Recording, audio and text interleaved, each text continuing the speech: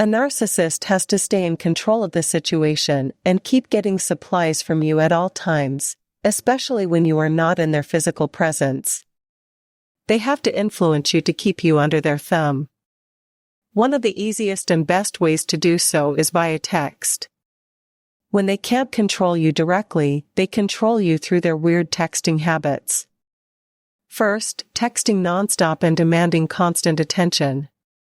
Narcissists disregard your boundaries, including your time and activities, prioritizing their need for constant attention. They believe they own you and demand your attention at all times, viewing any diversion as disloyalty. This leads to constant texting and intense interactions, making you feel anxious and dependent on their validation.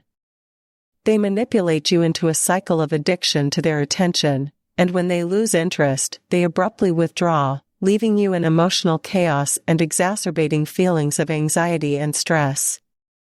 Their texting habits manipulate your biochemistry, leaving you feeling ignored and craving their validation. Second, making you feel ignored by not responding. They are on their phones constantly with other people, with other sources of supply, and treating you as if you do not exist. Or they would be online, and you would be online as well, but they would not respond to you.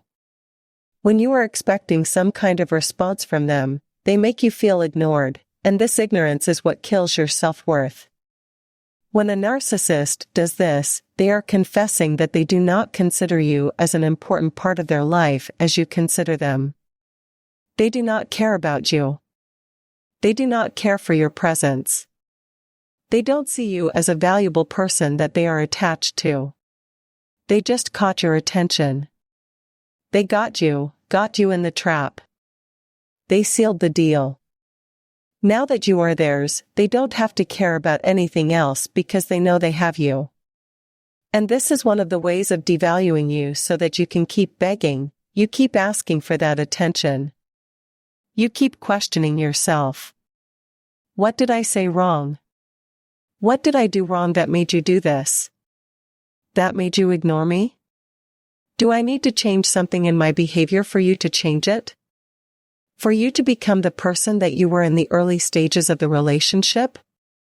That is the kind of justification, rationalization, and thinking that happens in our heads when this kind of devaluation victimizes us. Third, exploitative sexting.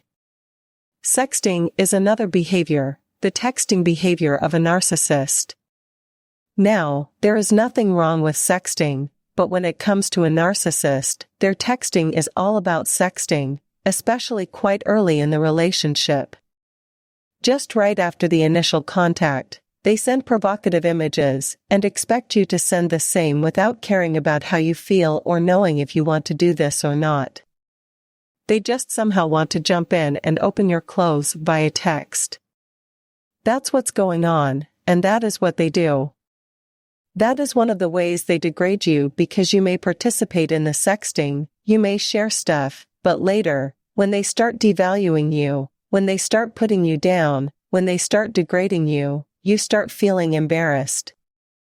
You feel a lot of shame, and you start berating yourself for participating in the early sexting, not being able to see it for what it was, and so on.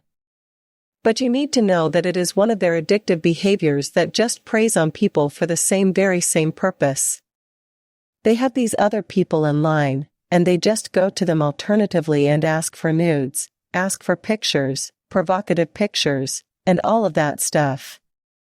Once they get them, they use this person and the pictures and then forget about this person forever or temporarily until they need them again and come back. Fourth, rare, heartfelt conversations. Some other time, they would reach out and have a very witty, fun-filled, heartfelt conversation with you. You would feel connected, and you would feel seen. They do it, especially somewhere near the devaluation stage where this is given as bread. Probably they are in a good mood, or they want something from you, or they want to prevent you from leaving. There is some kind of ulterior motive that you can't see, but this texting is quite witty, fun-filled, and connected. It feels heartfelt, but it's not. And ultimately, it is just one of those special and unique experiences that you have that makes you feel fulfilled, but then they deprive you of the same. And this kind of conversation either does not happen again throughout the duration of the relationship, or it happens after a very, very long time when they want something from you and they know they won't get it easily. What it does to you is that it just reinforces your trauma bonding. It makes you keep coming back and craving the same intensity that you felt once in that conversation. It increases your cognitive dissonance, and you ask questions like, well, maybe he is not that bad. She is not so narcissistic. Why else would she or he have such a heartfelt conversation with me, through text? They don't see you at all. It's just more about how they feel and what they want once they get it. Done. Fifth, they leave you hanging. They leave you hanging by hooking you with a small text without interest or content. For example, they might send a text early in the morning at 9 a.m. saying good morning, but then when you respond instantly, they leave you hanging there. It's like them pressing a button in you, eliciting a reaction, seeing that you are still there, and then running away and then taking some kind of sadistic pleasure from seeing you suffer from wanting to have that conversation. This mind game of back and forth, push and pull drives a person crazy because you do not know how to respond to this kind of behavior. You do not know where you are. You don't know what your status is. You don't know where you stand in this relationship. You don't know what's happening because it's confusing. They would ignore you, and if you ignored them back then, they would come in and drop this little text. Hi. Hello. Good morning. Whatever. You respond, and you think maybe now they have realized, and then they drop you like a hot potato, and it is the same pattern again. It keeps happening over and over again until you just feel like you have turned into a shell of yourself.